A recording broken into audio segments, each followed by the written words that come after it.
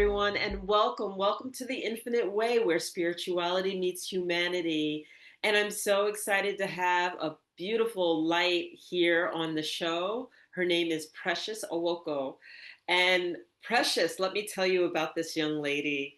She is popularly known as Chelaa, in a dynamic Kenyan creative who impact spans across multiple platforms such as spoken word, media personality. She's an actress and a model trainer. So, with a deep passion for storytelling and emotional healing, she is the founder of Walking Shadow Poetry, a transformative spoken word initiative that empowers people to grow from what is meant to break them. So, in addition to her artistry, Precious is a TV and radio presenter, an MC, a voiceover artist, and a comedian known for her authenticity, charisma, and relatability. She continues to inspire many through her performances, podcast episodes, and live events, reminding her audience that even in brokenness, beauty and purpose can emerge. So whether she's on the stage, on the air, or behind the scenes, or behind the pen, Precious Owoko lives by the message, grow from what is meant to kill you. Welcome, Precious. Yeah, thank you so much, Doc. I'm really happy for this episode. I've been waiting for it since the time that you mentioned it. And I'm so excited about this. Like, this whole thing is just amazing. Yeah. I'm so excited to have you. You bring such a great amount of skills and intuitiveness. And from the moment that I met you, I was just like, oh my God, this woman is phenomenal.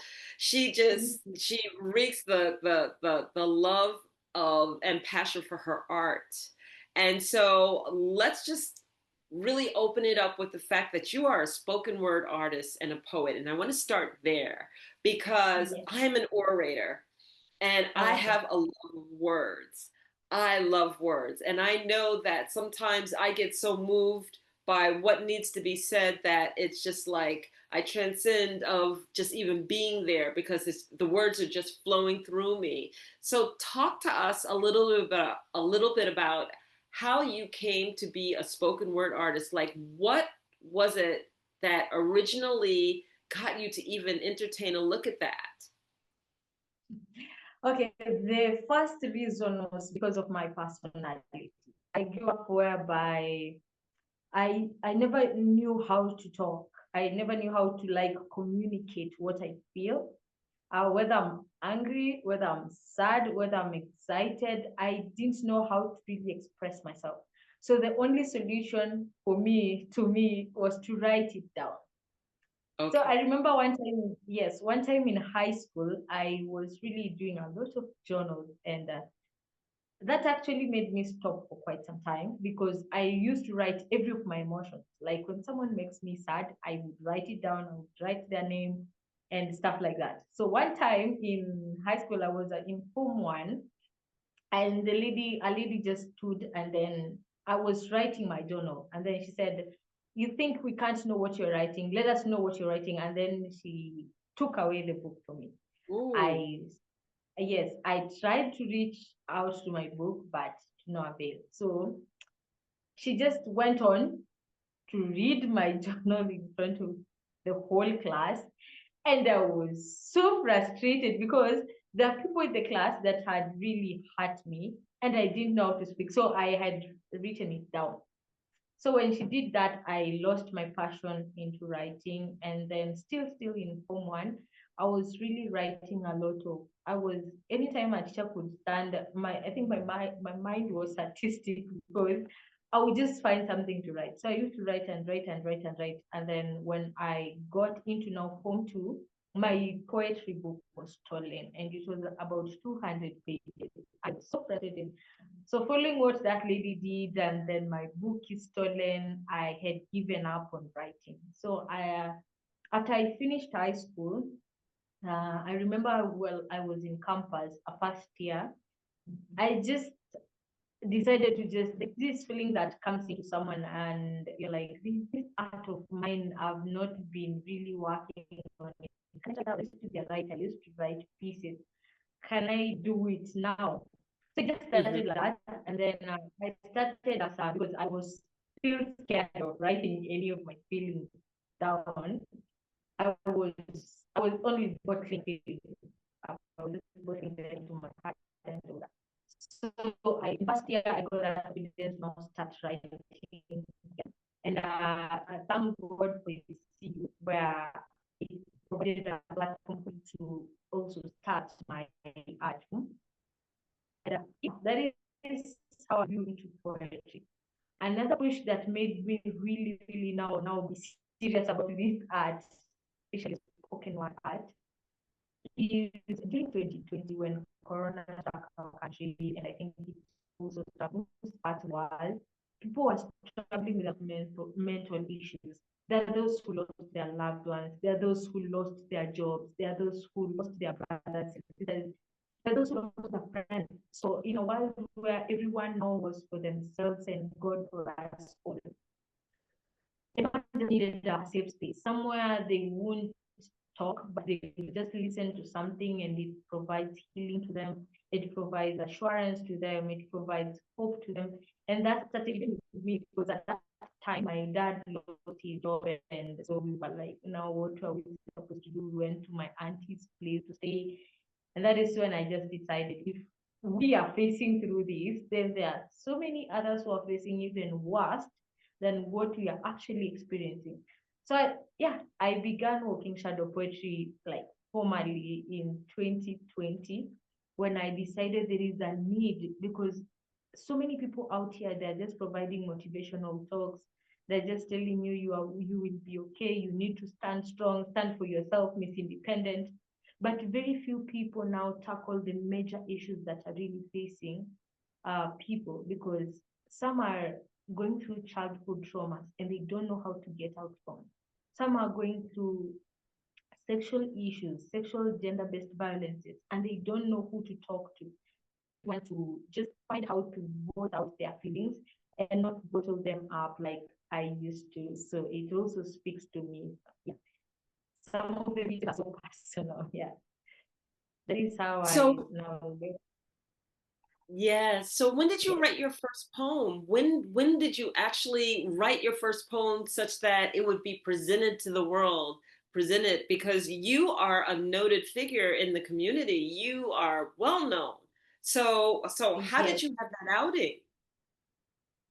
Oh, the first poem I wrote, funny enough, it was a love poem. I was in love with some dude, so I just decided to just write a poem about the whole feeling, the whole thing, and just write it out. So I wrote it, and my first audience definitely was the guy.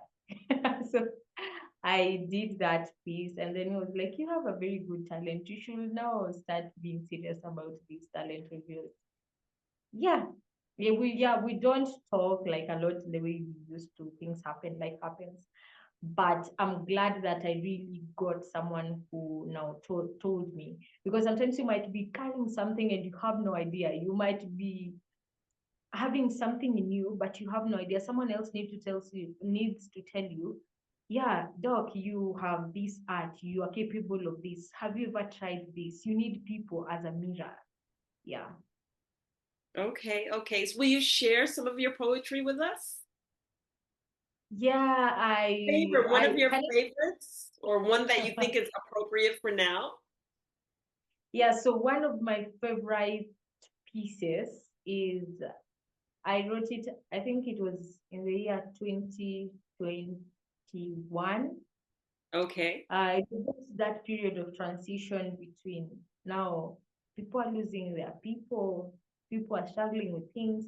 And so it was all about how to overcome the things that you have been through. So you want me to do it like live?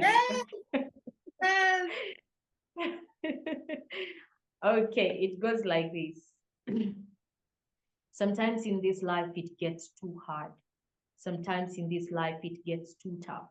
Sometimes in this life you encounter battles you never thought you would fight. Sometimes in this life the storms become too harsh that you think you will die. Sometimes life happens and things get too bad. But listen, No matter what happens, you are strong. No matter what happens, what is inside is capable of overcoming what is happening outside. Sometimes the things that we go through, are evidences of where we have been through. The things that we experience in this life, they are scars we will show when the battle we have won. The things we go through in this life, they are wounds and marks that show the journey that we have been through. You see, you might be complaining of the things that you're facing, of the struggles that you're encountering, of the many, many things, however, but listen, your life is a manual. There's someone else who will read your story and be motivated. There's someone else who have gone ahead and felt like things are too much and they need you. There are things in this life that are better off experienced.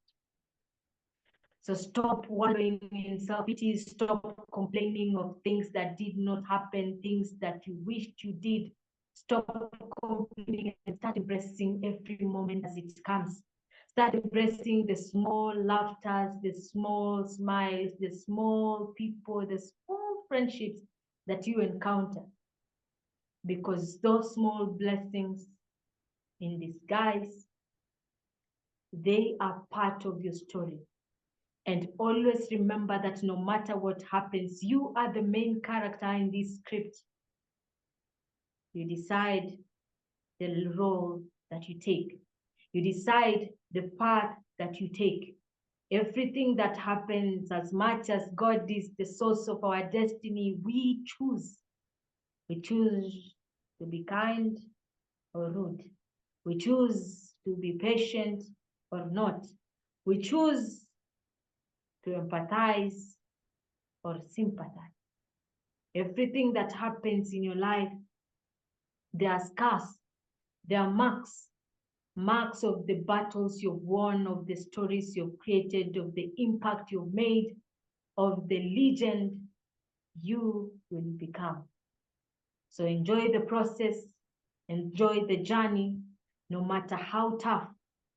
The experience will not destroy you. You are capable, you're enough, you're valuable. You are the only copyright we have. We can never find someone like you. And the fact that God made it so distinct that He ensured you have your own fingerprint and we can't find any fingerprint like yours, it shows that you're valuable, you're important. And the solution sometimes lies within you. So stand out even in the midst of everything. Stand out even when everything is not making sense. Please raise your hand when you need help. Please, you will need others to help. So that's the piece That that was I love most. beautiful. That was so Yes, that beautiful. is And it. I love the Thank fact that you you. stick with your theme, that what tries to break you or tries to kill you, you rise from it, you know? And it's how we pick Yes. ourselves up from all of our circumstances. No matter what that circumstance is, you have to pick yourself up. And I Yes. think that that is such an important Mm-hmm. emphasis that you have predicated, like your theme of your work, your poetry and everything on. And what happened in your life that made you come to that conclusion that it was all about how you pick yourself up, just like how you said in this poem? Because I picture a phoenix rising from the ashes. You cannot hold me back, you cannot hold me down, Yes. I can do this. Yeah. Yes. So what made me write the piece? One, so many talents, and so sometimes not everyone understands are creative. Sometimes there's a lot of expectations from one, the society. There's a lot of expectations from your parents. There's a lot of expectations from your coaches or people who are training you into that particular art. And so sometimes you feel like they are not even understanding me. They are not understanding that I don't need a lot of advice. I just need some little assurance that this thing will be fine. Like, yes, I'm going through it. I know I'm going through it. So I just need to know, is there a way to make it better, or to make me better, to handle this situation better? And yeah, I remember someone gave me an analogy and said, there's this there are three things. And I remember I was at my lowest when he was telling me this. So he said, there is a potato, there is an egg, and then there is coffee. So he gave me an example of an illustration of the three things. And he said that so many experiences in this life that we go through, they we become those three things based on the things that we go through. The things we go through, he gave an example of a boiling water. And he said, you see, when a potato is placed in a boiling water, it's hard, it's kind of hard. And so when you put it in a boiling water, it softens. When an egg is put in a boiling water, it's it's in liquid form, so it hardens, yeah, when it's put in a boiling water. And when coffee is placed in a boiling water, now it dissolves, it becomes part of the water. So he said, in the many issues that you go through in life, you need to identify what are the issues that are meant to harden you, what are the issues that are meant to soften you, and what are the issues that you will have to dissolve into them and become part of them. Because sometimes there are things that we go through in this life, that there are things that they're supposed to now form who we are. So we're supposed to dissolve in them. And there are things that we go through to harden us, to make us tough, to make us now we can handle issues in more matured way, in more like without emotions, with now thoughts. We think before we act.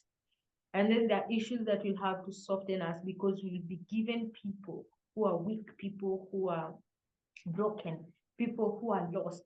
We're supposed to help them. And if our hearts are hardened, then we can't help them solve some things. And it's only when our hearts are softened, or some parts of us are softened, that we can be able to handle some. So from that, I really realized that this life is all about experiences. It's all about making memories. It's all about having fun. And most importantly, it's all about creating impact. Yeah.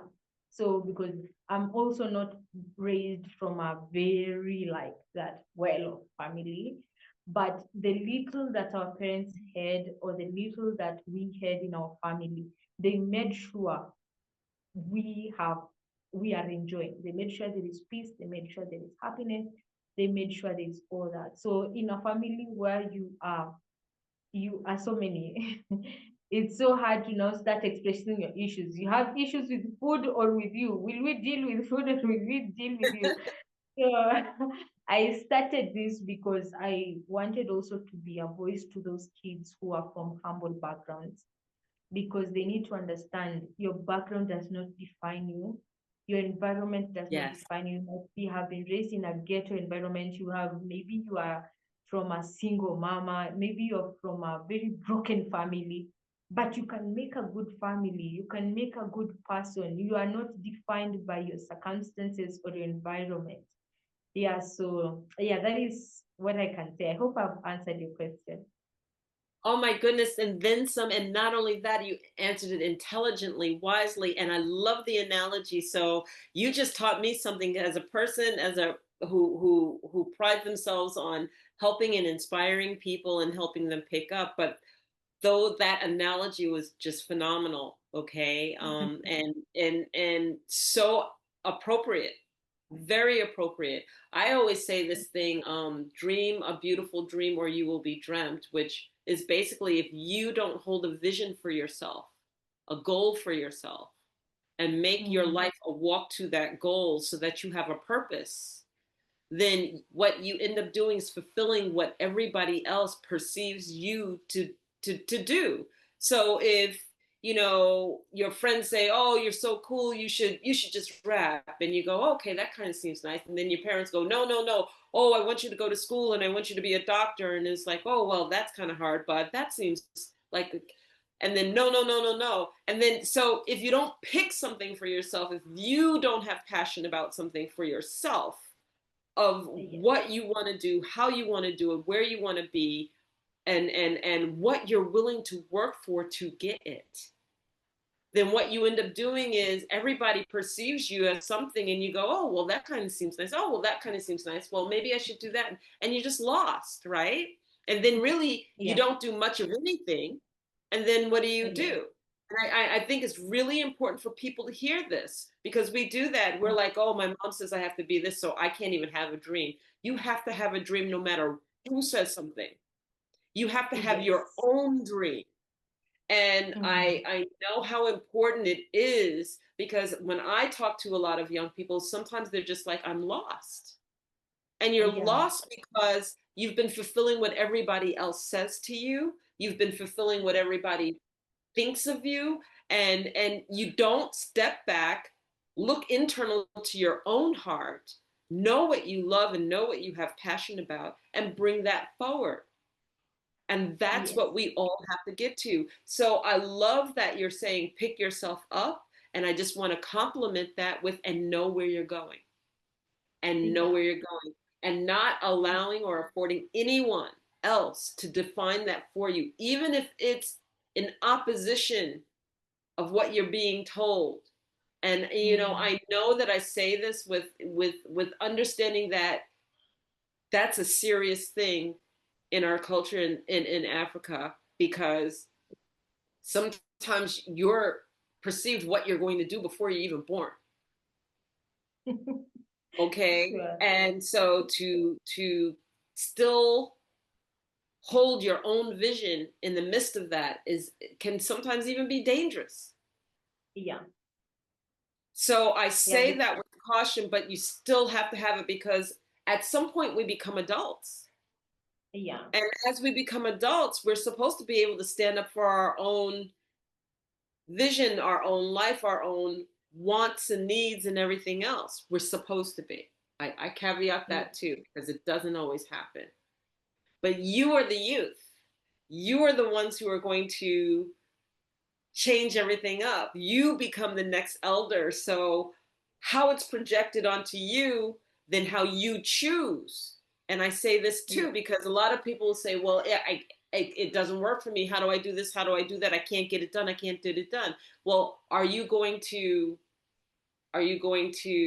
turn around and do the same thing that was done to you to others, to Yeah. your children? And so Mm. you get to break that once you're old enough. Yes. What are your Yeah. thoughts?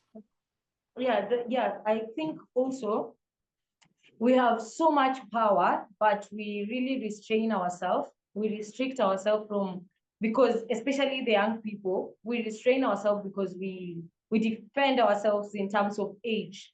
You see, someone tells you, "I'm a bit young. I'm supposed to turn out maybe 30 years so that I can start building my dream." And then we spend a lot of time building other people's dreams, especially in the workplaces, and we forget about our dreams. So sometimes you're working, and then sooner or later you're into a family, and there's nothing you have built for yourself.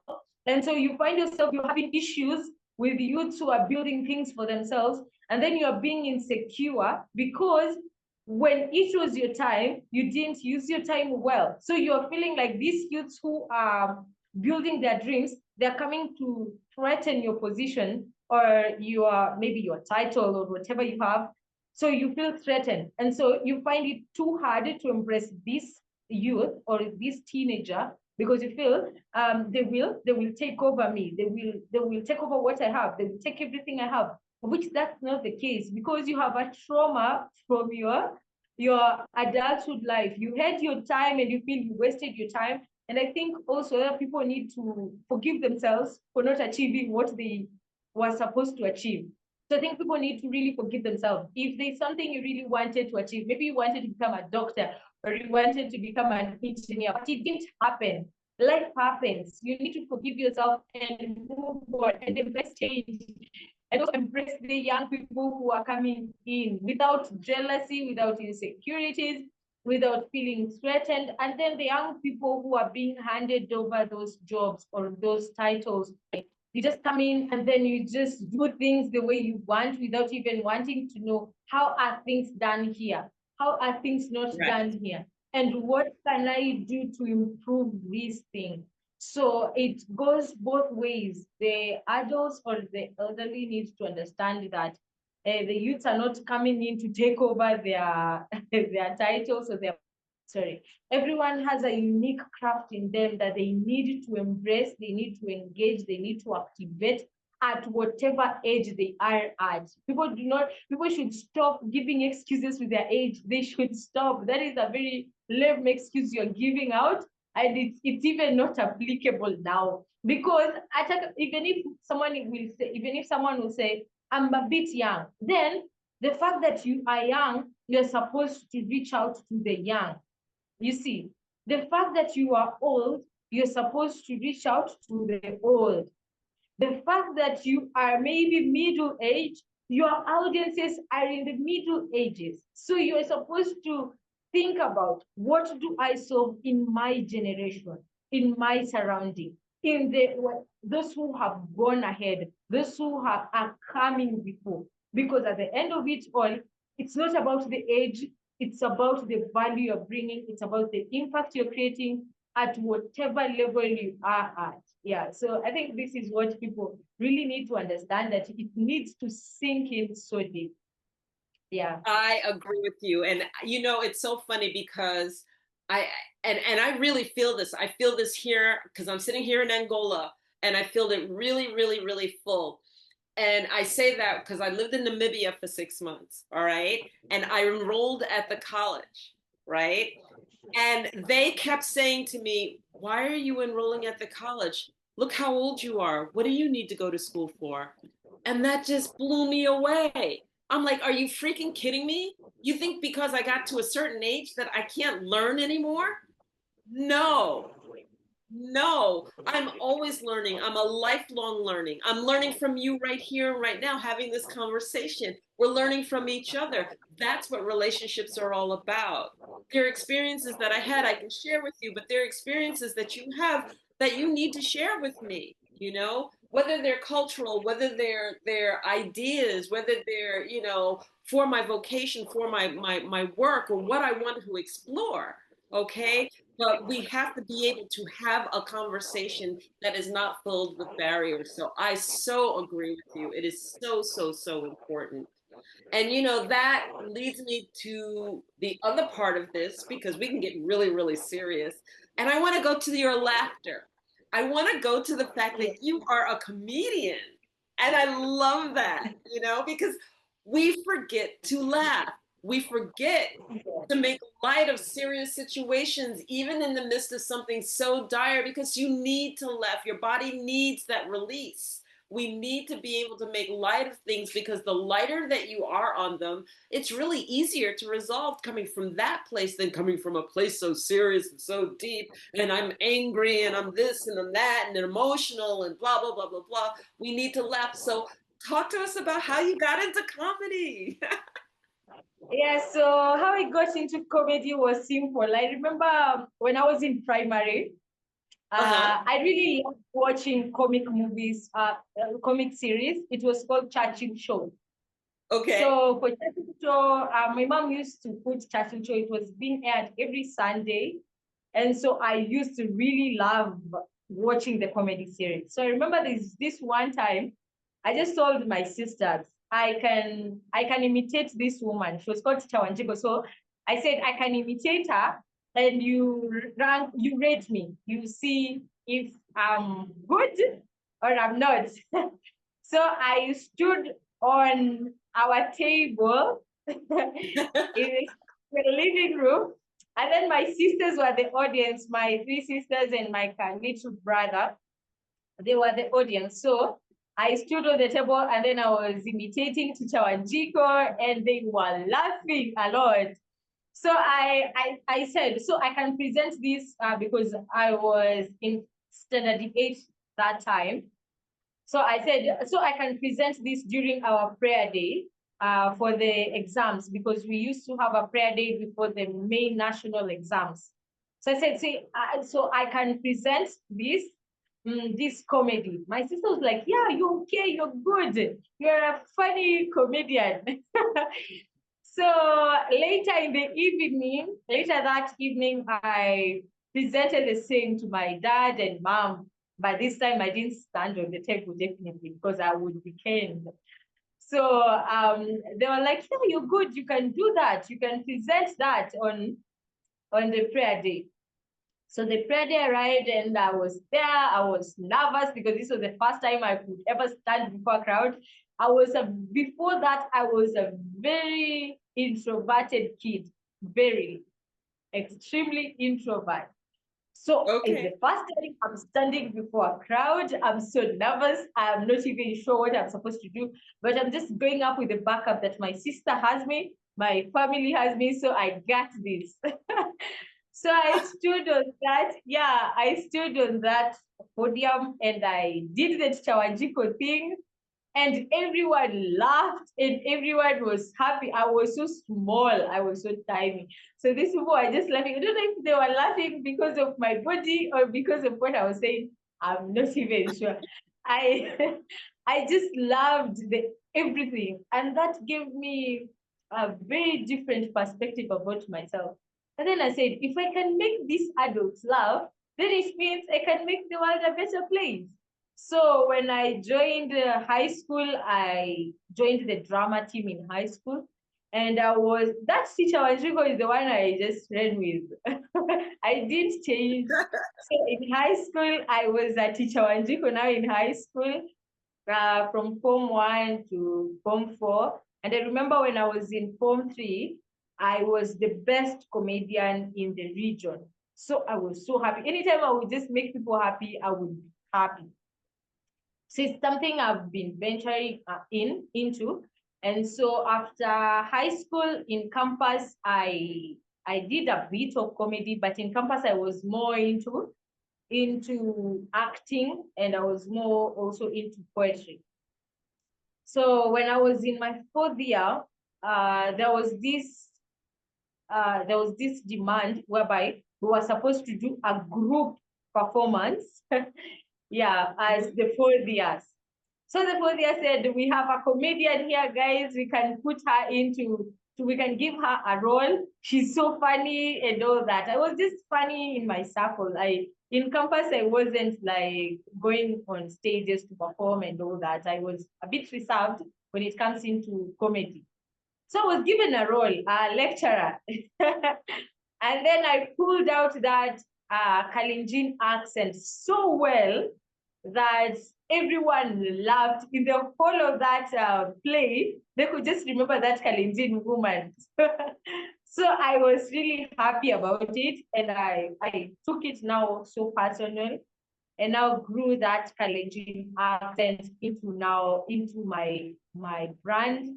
And now that is what I do on radio. Actually, on radio now, that is where Chelaa now comes in. Now, yeah, because of that. You see, it was a build up from primary, that from primary, whereby your parents are believing in you, you're not sure about what you're doing, but you just do it anyway.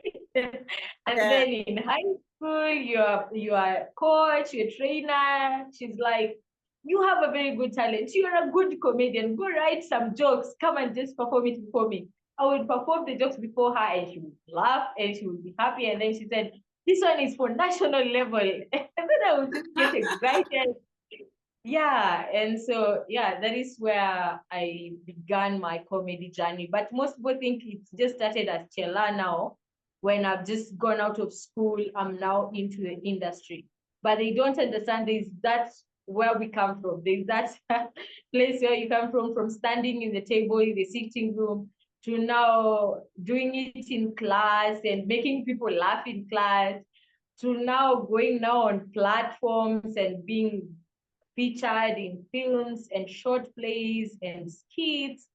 And now here I am. Yeah, it has Which been a makes a very beautiful interesting journey. actress. Yes, Yeah, which makes a beautiful actress, MC, TV presenter. I mean, comedic skills are not easy. I know because yes, I'm not one of those people who can crack a joke easily. Like I can make light of myself when I've done something silly, but just I'm going to tell this joke. It doesn't yes. work for me. Some people are joke tellers, and some of us we fail miserably, but we have the best of intentions, you know. Yes. And I have such deep and great respect because Thank it's you. not an easy job. People think it's easy to make other people laugh, and it's not easy to make other people laugh, Yes. you know? Yeah, because I remember that there's a time I stood in front of a crowd. It was the most embarrassing moment I've ever had in my life as a comedian. I stood there and then I was just saying jokes. And then people were just looking at me. And then they were wondering, what is wrong with this one? No one was laughing. No one was reacting. Anything. I was just, Oh, yes, I just got out of stage and then I was like, I've been preparing this thing from yesterday. Why are you guys not laughing? I was so frustrated. I was so embarrassed. but But that's phenomenal. So I look at that and all of the gifts that you bring and all of the skills that you bring. And I want to ask you because when we talk about storytelling and you talk about the fact that you're a storyteller, and I know we're coming up on an hour, so this will be the last thing I ask you. But um, is it that the skill of storytelling in Africa is usually passed down from generation to generation? It is not just about storytelling, but this is about preserving the history, preserving the way that a story is told, preserving the actual details of the story to its minutia, because it is a very big honor to be a storyteller, to be considered a storyteller, and to be able to that of something that is expected for you to remember its detail to make sure that it is always told right and it is always told exactly the way it was from its origination. So talk to us a little bit about storytelling too. Is that the key here, or when you say story as a storyteller?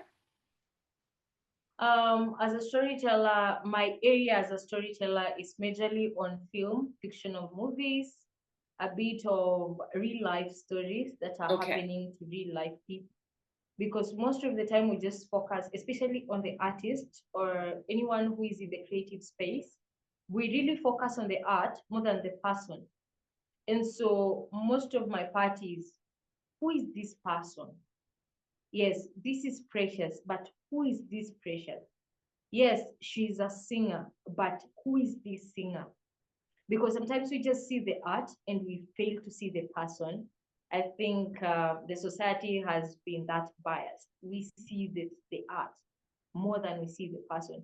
And we find that these people have very amazing stories. They have deep stories that they have gone from so much things that would have damaged them completely, but their arts have made them have hope and stood out.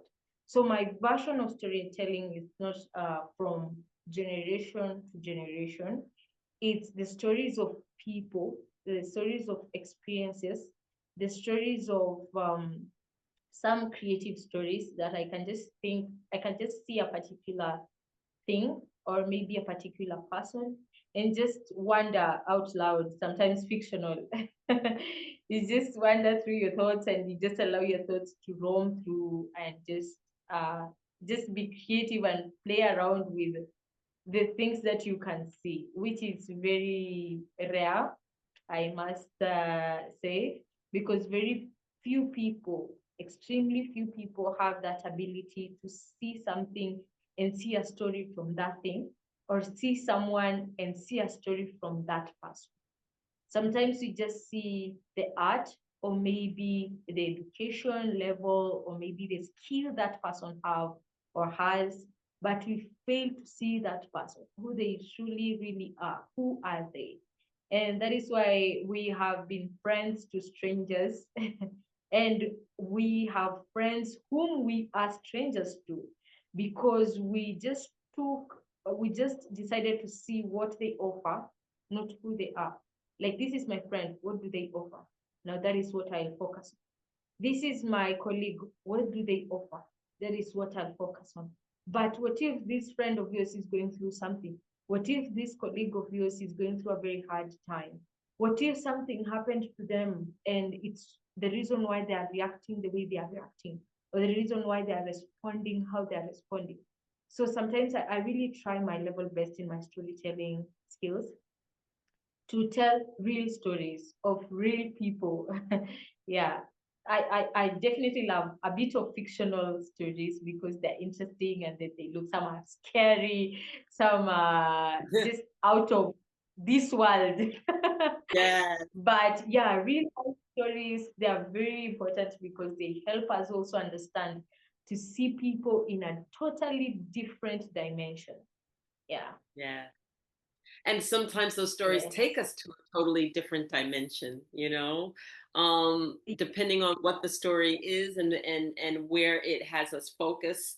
I know that stories can transcend just this humanness, this just being here, and to just take you to a whole nother world. And I love that about storytelling. Mm. Precious, you bring so many beautiful gifts to the world.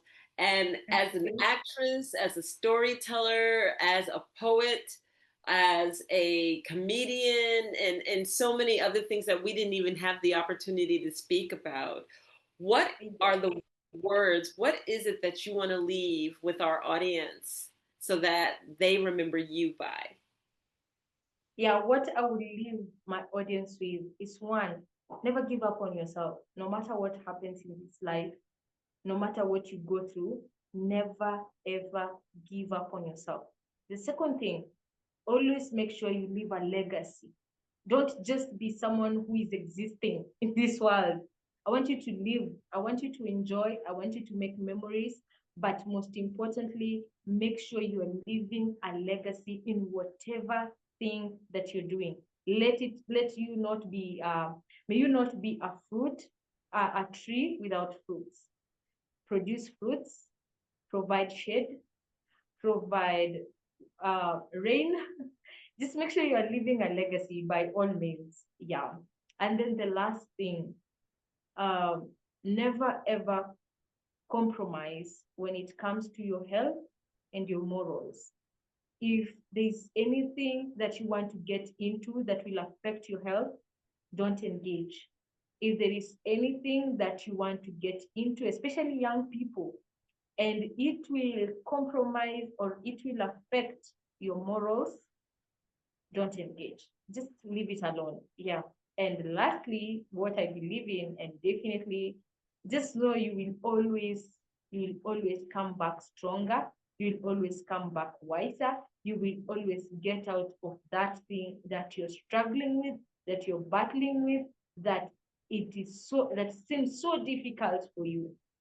Yeah, anything is possible if you just make the right decisions, and there is no time for regret. No time for regret. Whatever happened happened. Don't regret anything. They were part of those chapters. They cannot be rewritten, they cannot be undone, but you have a lot to do today to make sure your future is better, brighter, greater, and bigger. Yeah, that's what I can tell my viewers today. And this has been Pressure Owoko. Thank you so, so much for being here with us. And, Thank I am so excited because Precious has also, this is my plug-in for you too, signed up with us you. with Woombology. So we will be hearing your words, your spoken words, your comedy, whatever you choose to bring forward for us over the radio also, for where women's Yes. voices reign on Woombology. That's woombology.world. So thank you, Precious. And how can Thank you. people reach out to you and speak to you or work with you? Okay, they can reach out to me. First of all, I have a website called walkingshadowpoetry.com. You can reach out to me through my website. Also, you can reach out to me through my social media handles at Walking Shadow Poetry or Precious Owoko. You can reach out to me through any of those platforms and I will gladly be found. Thank you. Thank you so much. And we'll make sure that we have that in the description for this podcast. And so I Yes. want to thank you for being here and taking the time and speaking with me and with our audience, and keep doing what you're doing. What you're doing and your contribution means the world. And keep being that voice, because we need to come back and we need to listen and understand that those who are behind us, that's me as the old lady, as a grandmother, those who are coming up behind us are us. You are our voice, and you mean the world to us. So thank you. So Thank you so much. if you're absolutely welcome. Yeah, I really like this episode, and I would love so many people to continue engaging and listening to Wombology, because we have amazing speakers for you. We have amazing people who have amazing stories, have amazing experiences. So don't miss out. Yeah. Absolutely. And conversations like this one and more, and it covers every range from wellness to metaphysical to numerology to leadership. A little bit of everything is there. So Yes. if you're interested and you have a widespread variety of subjects, there's many women who are leading those conversations, and it's where women's voices lead the conversation. So drop into the perspective and hear how we're leading and what we have to say. It's not women only, but it's women Yeah. led conversations. So Yes. thank you for that. Thank So you so much. you're absolutely welcome. And if you like this episode, please like us. Please subscribe to our channel. That's The Infinite Way Enolia. And this has been another episode of The Infinite Way, where spirituality meets humanity. If you love this episode, not only subscribe and like us, but share it, because somebody out there needs to hear this information. Somebody out there needs to be inspired or wants to be inspired. And this is going to be relatable information that they can share and that they can embrace. So we thank you again. We'll see you at the next episode, and take care for now, everyone. Bye bye.